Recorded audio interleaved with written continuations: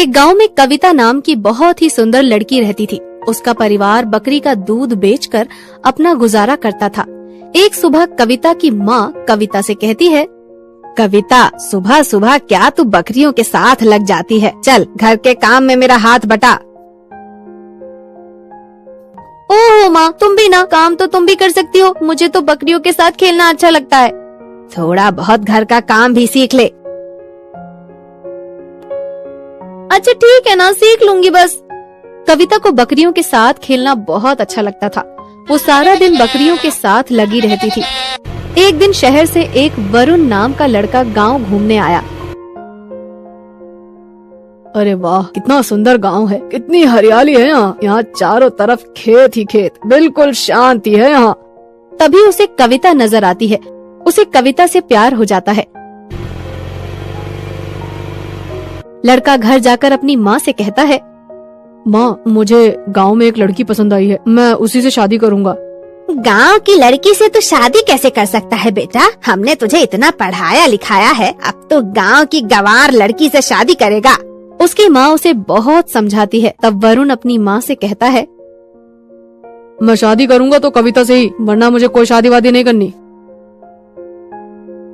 देख ले बेटा, गांव के लोग तो दहेज में कुछ नहीं देते हैं।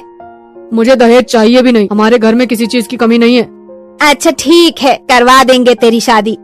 लड़के वाले शादी का रिश्ता लेकर कविता के घर जाते हैं। कमला कविता की माँ से कहती है, हम कविता के लिए अपने लड़के का रिश्ता लेकर आए हैं। हमारे पास देने के लिए तो कुछ भी नहीं है, अगर फिर भी आप रिश्ता करना चाहते हैं तो हमें कोई परेशानी नहीं है बहन जी। हमारे लड़के को कविता बहुत पसंद है, इसीलिए हम यहाँ आए हैं। कविता की शादी वरुण से हो जाती है। कविता की माँ दहेज में उसे 4 बकरियां देती है। शहर जाते ही कमला की सहेलियां कविता को देखने आती हैं। बहू तो बहुत सुंदर है बहन, और बताओ दहेज में क्या लाई है? सुना है 4 बकरियां लेकर आई है। हमारी बहू बहुत अच्छी है, गांव की है तो क्या हुआ, तुम लोग तो बस फालतू की बातें ही किया करो। सहेलियों के ताने सुनने के बाद कमला मन ही मन कविता को कोसने लगती है और बात बात पर उसे ताने सुनाने लगती है। एक दिन सुबह कमला, कविता, अरे ओ कविता, कहाँ मर गई? सुबह के 8 बज रहे हैं, अभी तक तुझसे चाय नहीं बनी क्या? वो वरुण को आज ऑफिस जल्दी जाना था ना, इसलिए लंच पैक करने में थोड़ा टाइम लग गया। तेरे बहाने तो हमेशा ही तैयार रहते हैं, जैसे बहाने तैयार रखती है वैसे काम भी कर लिया कर। ठीक है माँ जी, आगे से ध्यान रखूंगी।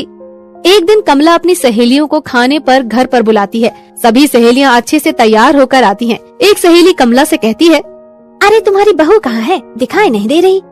यहीं होगी कहीं, घर में कहीं दिख तो नहीं रही। तुम बैठो, मैं बुला कर लेकर आती हूँ उसे। हाँ हाँ, जल्दी बुलाओ। कमला कविता को आवाज लगाती है, लेकिन कविता घर पर नहीं होती।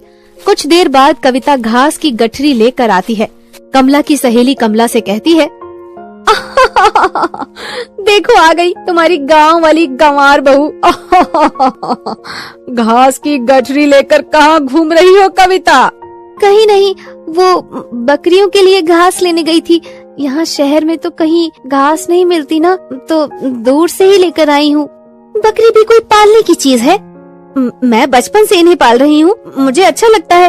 ये सब देखकर कमला को बहुत गुस्सा आता है और कमला कविता से कहती है, हाँ हाँ चल ठीक है, जल्दी कर, खाना बना ले जल्दी से, सबको भूख लगी है। जी माँ जी, अभी बनाती हूँ। ये कहकर कविता खाना बनाने लगती है और खाना खाकर सब चले जाते हैं। कमला कविता को खरी खोटी सुनाने लग जाती है। मेरी सहेलियों के सामने तूने मेरी खूब बेइज्जती करवा ली। तू आज के बाद इन बकरियों को घर में नहीं रखेगी। नहीं माँ जी, ये बकरियाँ कहाँ जाएंगी शहर में, ऐसा मत करिए। कहीं भी जाएं, मुझे उससे क्या, मुझे ये बकरियाँ यहाँ नहीं दिखनी चाहिए। माँ जी, ये घर के बाहर ही तो रहती है ना, किसी को कुछ नहीं कहेंगी। जा जाकर कुछ काम धाम कर ले, यहीं खड़ी होकर बहस करती रहेगी, गंवार कहीं की। इतने में वरुण आ जाता है और अपनी माँ को समझाता है, अगर कविता बकरी पालना चाहती है तो उसे पालने दो, इसमें क्या दिक्कत है माँ? इसकी बकरियों की वजह से मेरी सहेलियों ने मेरा बहुत मजाक उड़ाया है। बकरियां ही तो हैं, रहने दो ना। जब हम कविता के घर जाएंगे उसके मम्मी पापा से मिलने, तब छोड़कर आ जाएंगे इसे वहाँ। ठीक है, तो जल्दी इन्हें मेरे घर से निकालो। कुछ दिनों के बाद कमला की तबीयत खराब हो जाती है। वरुण कमला को लेकर हॉस्पिटल जाता है और डॉक्टर से कहता है, डॉक्टर साहब, मेरी माँ की तबीयत बहुत ज्यादा खराब है। क्या हुआ है उन्हें? कल से बहुत तेज बुखार है, कम ही नहीं हो रहा है।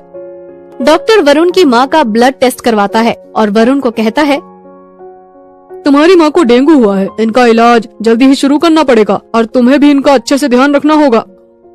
हाँ डॉक्टर साहब, मैं बिल्कुल अच्छे से ध्यान रखूंगा। इन्हें खाने में फल ही दीजिए और अगर कहीं से मिल सके तो बकरी का दूध भी पिलाइए। शहर में तो कहीं मिलेगा नहीं, लेकिन अगर मिल जाए तो बहुत अच्छी बात है। बकरी तो हमने घर में ही पाली हुई है डॉक्टर साहब। अरे वाह, ये तो बहुत अच्छी बात है। बकरी का दूध जितना हो सके उतना पिलाइए इन्हें। ठीक है डॉक्टर साहब, बिल्कुल, मैं इन्हें जरूर पिलाऊंगा। कविता रोज बकरी का दूध निकाल के कमला को पिलाती है और अपनी सास का बहुत ख्याल रखती है। कुछ ही दिनों में कमला ठीक हो जाती है और वो कविता से कहती है, मुझे माफ कर दो कविता बेटा, मैंने तुम्हें कितना कुछ कहा। आज तुम्हारी इन बकरियों की वजह से मेरी जान बच गई है। ये तो मेरा फर्ज था माँ जी। अब से हम मिलकर इन्हें पालेंगे और इनको खूब प्यार करेंगे। और बकरी का दूध बेचकर तो हम पैसे भी कमा सकते हैं ना? अरे नहीं नहीं, हम दूध नहीं बेचेंगे, हम जरूरतमंद लोगों को फ्री में देंगे ये दूध। ये सुनकर कविता बहुत ही खुश हो जाती है और अपने परिवार और बकरियों के साथ खुशी खुशी रहने लगती है।